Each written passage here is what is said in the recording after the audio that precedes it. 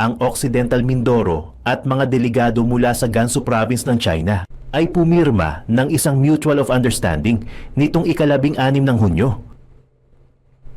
Gusto ng mga ito na mamuhunan upang bumuo ng energy infrastructure at iba pa. Ang gobernador ng Occidental Mindoro at Gansu Province ng China ay nagkapirmahan na ng Memorandum of Understanding. Ngunit gawa ng pagkabahala... Teka mga utol, no? Ganyan yung diskarte nila para makapag-penetrate sila, no? Kunwari investment. Kung naaalala ninyo, o kung may nakapanood sa inyo, meron pong isang isla sa somewhere in North Luzon, no? Sa Batanes, okay? Sa parting yun. May isang isla yung Fuga Island. Okay?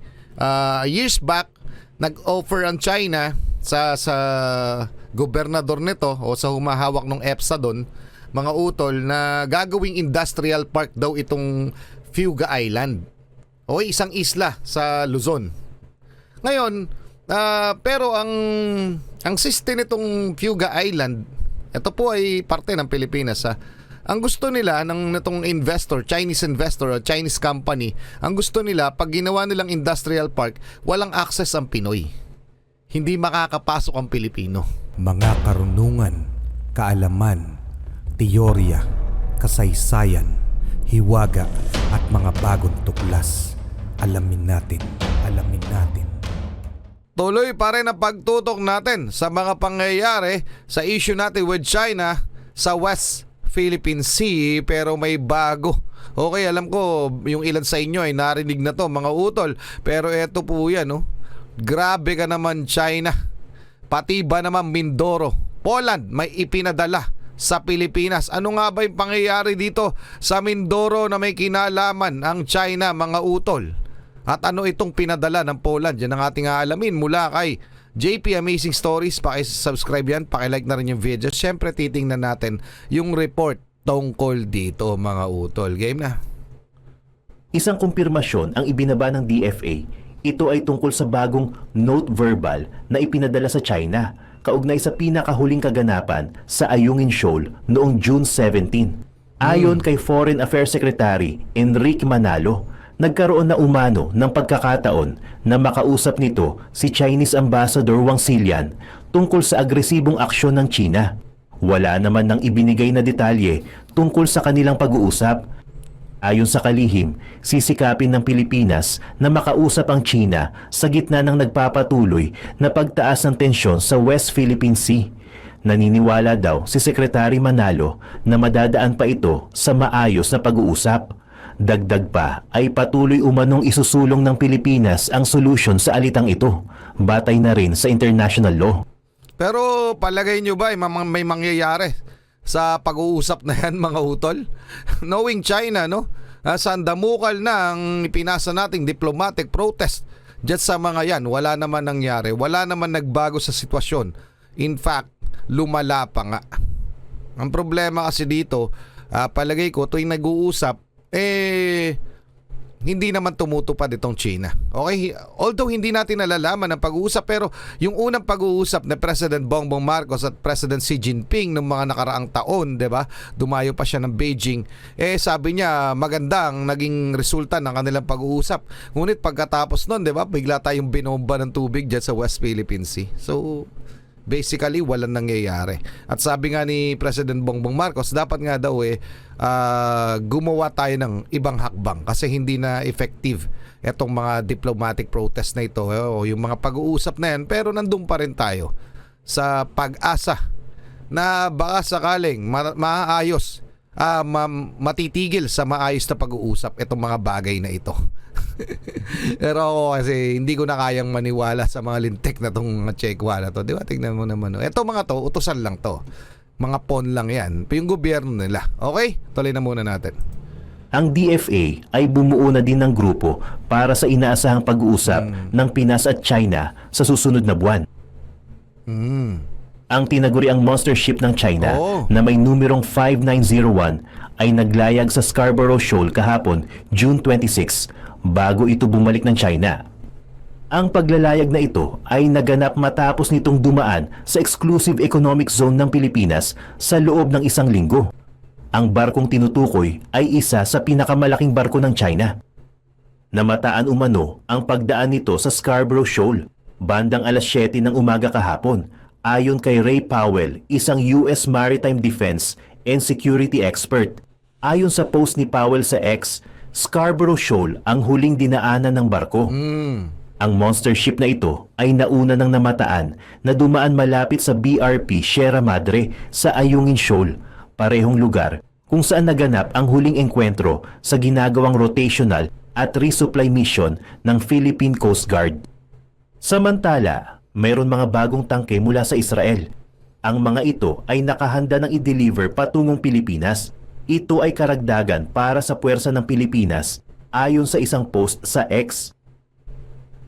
Makikita Alam ko mga utol, no, napakarami nating orders pa sa ibang bansa. Meron tayong orders sa South Korea, warship, mga warship yung order natin. Dito sa Israel talaga, kasi itong bansa na ito ay gumagawa talaga ng mga weaponry.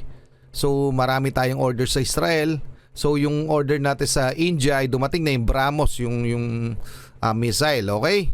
So meron tayo sa South Korea, meron rin po tayong order sa Japan, at yung jet fighters natin na ino-order ng Pilipinas, hindi pa alam kung sa Sweden manggagaling o sa United States. Okay mga utol, so sobrang dami rin nating order. Kaya lang, ang kagandahan dito sa mga to, ito yung mga utang, okay?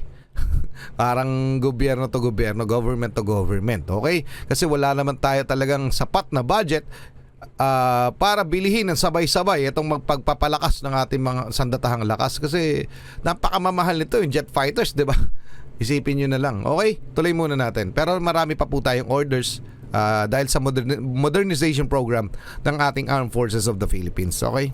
din sa post ang mga nakakargang mga tangke. Isa na dito ang ASCOD 2 na on the way na sa nakatakdang delivery nito. Posible din na 8 pang ASCOD 2 ang i-deliver ng Israel sa Pilipinas. Nice one. Ang hakbang na ito ng Israel ay isang nakakamanghang bagay dahil sa kabila ng hinaharap ng kanilang bansa, nagawa pa rin nitong tuparin ang mga obligasyon upang mapunan ang Armed Forces of the Philippines Modernization Program. Oo nga, no? Samantala, isa pang nakakagulat na hakbang ang isinagawa ng Poland. Dumating kasi sa bansa ang mga karagdagang puwersang panghimpapawid na para sa Pilipinas. Wow. Ang mga ito ay ang 5 bagong S-70i Black Hawk helicopter. Uy. Ito ang unang batch na in-order ng Pilipinas mula sa Poland. Ganda na ito mga utol, no? At least meron na tayong mga bagong, feeling ko yung mga helicopters natin puro mga old school, no? So may mga Black Hawk na tayo na bago. Hindi na, actually feeling ko hindi bago to. Bago ba to? Brand new ba to? Polish made helicopter to Clark. This is the first of 32. 32 pala.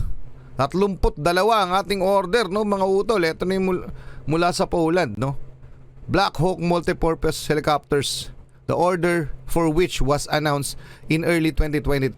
So ngayon dumating mga utol. So nagdumating na yung mga order natin galing Poland, okay, na mga helicopters. Tuloy muna natin. Ito ang unang batch na in-order ng Pilipinas mula sa Poland. Nice one. Ang karagdagang puwersa na ito ay makakatulong sa Pilipinas na mas mapabilis pa at mas maayos na maisagawa ang mga misyon.